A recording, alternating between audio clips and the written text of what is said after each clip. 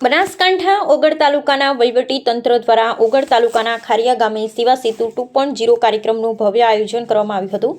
વાત કરવામાં આવે તો ગ્રામજનોના વહીવટી પ્રશ્નોના ઘર આંગણે અને ઝડપી નિકાલ થાય તે હેતુથી યોજાયેલા આ કેમ્પમાં મોટી સંખ્યામાં ભદ્રેવાડી, સિયા, મોટા જામપુર, ઓઢા, રૂણી, નવા, ટોટાણા, સુદ્રોષણ, સોહનપુરા, ખારિયાના ગામ લોકો ઉપસ્થિત રહ્યા હતા। ત્યારે આ સેવા સેતુ કાર્યક્રમમાં આવક અને જાતિના દાખલા, રેશન કાર્ડ, આધાર કાર્ડ, આયુષ્યમાન કાર્ડ, વૃદ્ધા સહાય તેમજ જમીન લગતી તમામ કામગીરી સ્થળ પર જ કરવામાં આવી હતી। ત્યારે તાલુકા વહીવટી તંત્ર દ્વારા જણાવાયું હતું કે છેવાડાનો એક પણ સાચો લાભાર્થી સરકારી યોજનાઓથી વંચિત ન રહે તેવો આ કાર્યક્રમનો મુખ્ય ઉદ્દેશ્ય છે।